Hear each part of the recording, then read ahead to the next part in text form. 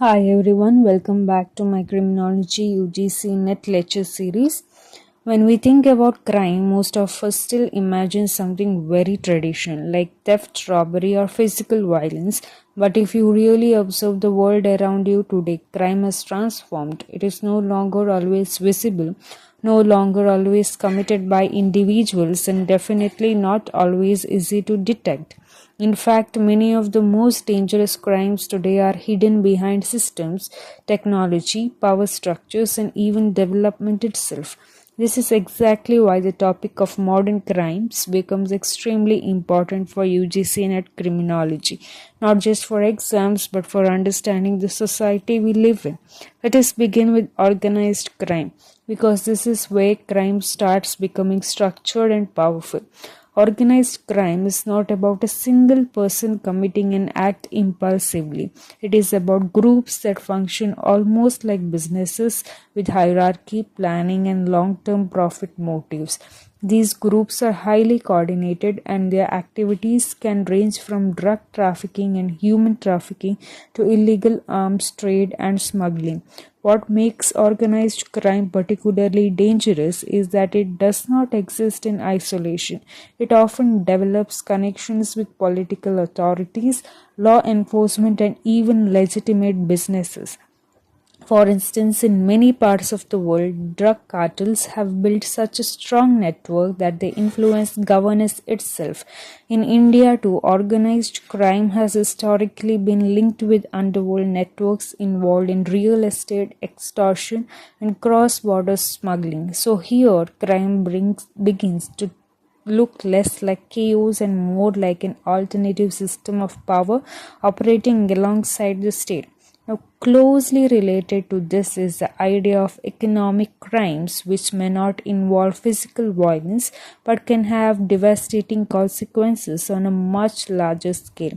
Economic crimes are essentially committed for financial gain and they include fraud, money laundering, tax evasion, and banking scams. What is interesting here is that the victims are often not immediately visible. When a major financial fraud happens, it is not just one person who suffers, it is the entire economy, the taxpayers, and public trust that gets affected. Think about large scale banking frauds where individuals take massive loans and deliberately default. The immediate act may seem like a financial manipulation, but the ripple effect is widespread, affecting institutions and even national economic stability. These crimes remind us that harm is criminology is not always physical, sometimes it is deeply structural and long term. As we move further, we cannot ignore corruption, which is often described as a silent but deeply rooted crime. Corruption is essentially the misuse of power for personal benefit, and what makes it particularly complex is that it can exist at every level of society. It can be as small as local official taking a bribe or as large as political corruption influencing national policies. Over time, corruption stops being an exception and starts becoming normalized behavior. When that happens, the entire system begins to weaken. People lose trust in institutions, governance becomes inefficient, and inequality increases. For example, when approvals are given not based on merit but on bribes, it leads to poor infrastructure, unsafe conditions, and injustice. So, corruption is not just about individual wrongdoing, it is about the gradual erosion of ethical and institutional frameworks. Now, taking this a step further, we come to corporate crimes where the offenders are not individuals but large organizations. Corporate crimes occur when companies engage in illegal practices to maximize profits. This could be manipulating financial records, misleading consumers through false advertising, engaging in insider trading, or violating environmental regulations. A well known example in India is the Satyam scandal, where financial statements were falsified to present a false image of profitability. What is important to understand here is that corporate crimes are often hidden behind complexity. They involve technical details, legal loopholes, and internal systems that make detection difficult.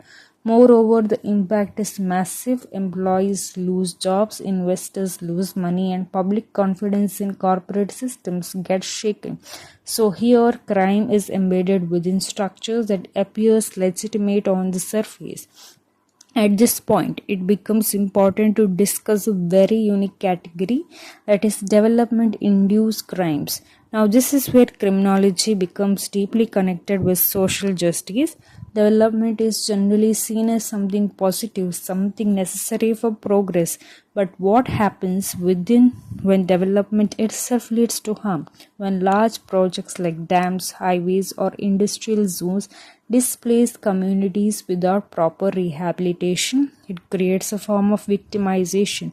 People lose their homes, livelihoods, and cultural identities. In many cases, tribal and marginalized communities are most affected.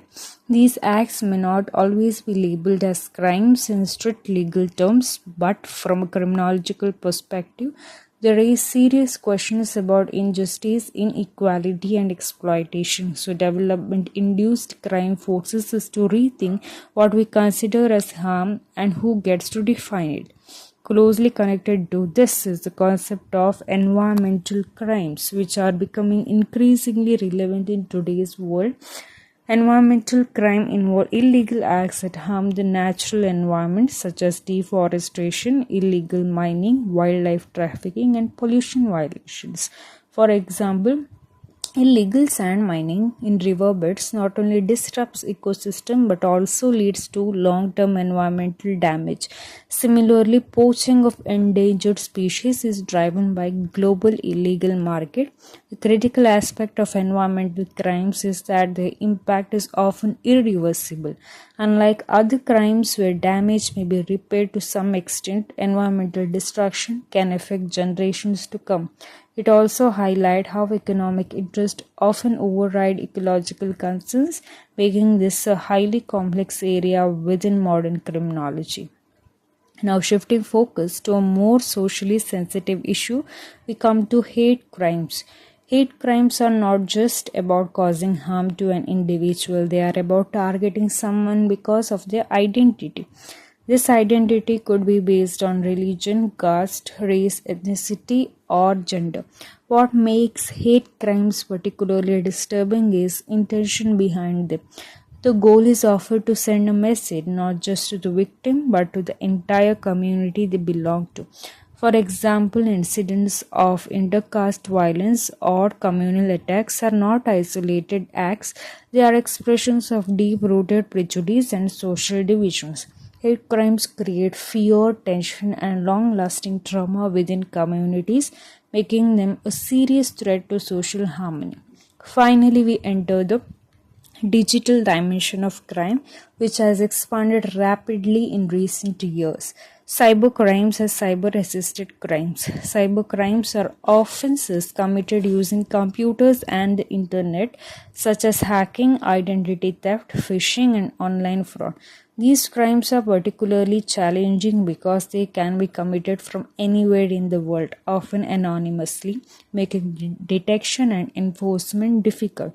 For example, a simple phishing message can trick individuals into sharing sensitive information, leading to financial loss within minutes. On the other hand, cyber assisted crimes are traditional crimes that are facilitated through technology.